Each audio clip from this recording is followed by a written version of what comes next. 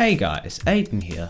So today I'll be taking a look at the AKG K7XX Mass Drop Edition headphones and what they have to offer.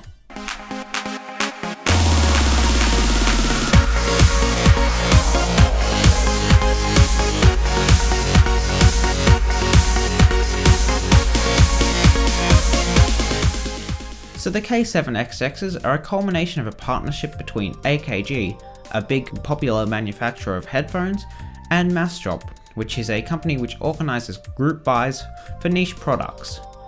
So the AKG K7XXs are a bit of a revision of the Anniversary Edition K702s, which were already a popular headphone, and they come with a few new things, a few little revisions, a bit redesigned, and also a lower price tag of $200. So, are they worth it? Let's find out. Opening the box, you get a 1/4 inch adapter and the headphones themselves. There's really not much else in the box, so we'll move on pretty quickly. I'll rattle off some of the specs quickly to get them out of the way, and then we'll talk about some of what it means. So the K7XXs are open back, dynamic headphones with a 105 dB sensitivity, a 10 to 39,800 Hz frequency range, max power input of 200 milliwatts, and a rated impedance of 62 ohms. So some of the important parts there are the open back classification and the impedance of the headphones. The open back design is part of the reason why I picked these headphones up. Open backed headphones block out very little of the background noise compared to closed back designs which block out most of it really. However, they do have a couple of advantages. They have a bigger sound stage, which I'll branch on later, and they also have a couple of other things. They're a bit more comfortable, they usually have better sound, and they're usually a bit more accurate in the sound they produce, with a more neutral sound signature. The impedance of the headphones is really how much resistance the headphones have. So that means how much power is needed to drive them. Higher impedance headphones need usually a dedicated amplifier to supply more power so that it can be louder, and the more power supplied, of course, the louder it gets.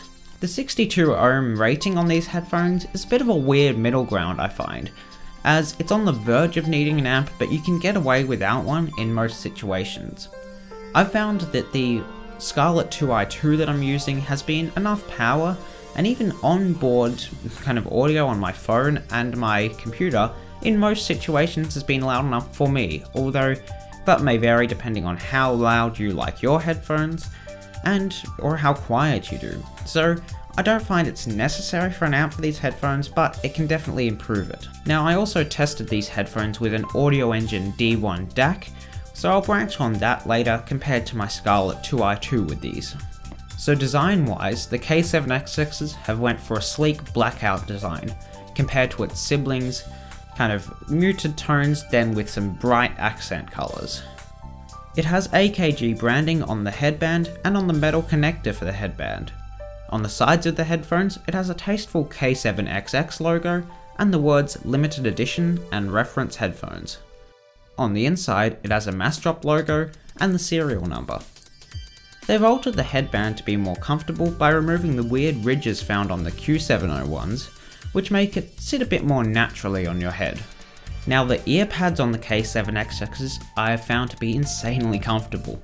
They're soft, plush and padded, and a much nicer feel than things like pleather ear pads on the ATH M50s which I've used, and even a bit nicer than the Q701s by AKG. The clamping force of the headphones keeps them on your head while not being so much that they hurt.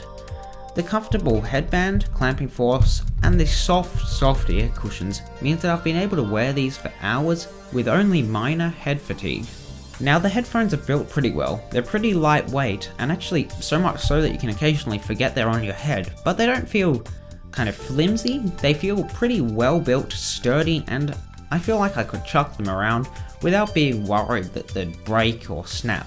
They also have a removable cable, which means if the cable breaks, you can always just put another one in and keep going. The ear pads are also removable, and the headphones are pretty flexible, so it means you can really put them on anyone's head and they will most likely fit. The cable on the K7XX is a long 3-meter cable, which is pretty good. However, I would have liked to see a couple of cables included, like the Q701s. A 1 meter short cable and a coiled cable would have been nice to see. The cable uses a mini XLR connection to the headphones, so the cables you have lying around probably won't work with it, but it is readily available and it is a standard of sorts. I would have also liked to see a carrying bag for them, as that's pretty standard with headphones now, but it's not a huge complaint, just a minor gripe. So the soundstage on these headphones is pretty impressive, I've found. In case you don't know what the soundstage is, that's the positional audio, and the larger the soundstage, the larger you can hear around you, and the more accurate it is normally.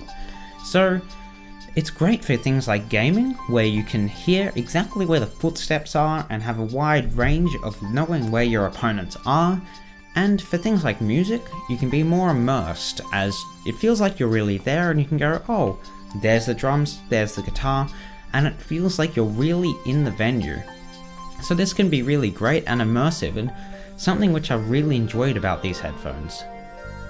The K7XXs have a very analytical and reference sound, with a flat sound signature. However, they do have a slightly less analytical sound signature compared to the K702s, as they have a 3 dB bass boost. This means the bass is still not super heavy by any means, but it's a little bit more present and has a little bit of extra rumble without knocking your head back and forth and meaning that you can't hear anything. Now, for some people they might not like this added bass if they're really looking for the most reference sound they can get, but for my listening and even for mixing, I found that it just smooths everything over a bit and makes it a little bit more enjoyable listening to music and games and whatever else. I found that I really enjoyed this bass boost, even compared to something like the Q701s. Now the highs are still a little bit piercing, but I found they're a lot better thanks to that bass boost and also just general smoothing over. They have been in previous AKG headphones pretty sharp, which some people like, but I found that this keeps them really present there, but it just makes them a bit nicer and a bit easier to listen to for long periods of time. As for using an amp, I found I haven't really needed to. I've used them with my Scarlett 2i2, but I haven't actually noticed that much of a difference between the inbuilt audio of my computer, the 2i2, and my phone. I've also used it with a Audio Engine D1 DAC amp, but really it gave a little bit of improvement, a little bit more soundstage, a little bit tighter bass, and just a bit more punch at points, but I haven't noticed a massive difference, and for the added $100 to $200, I found that it really isn't worth it unless you're needing more volume.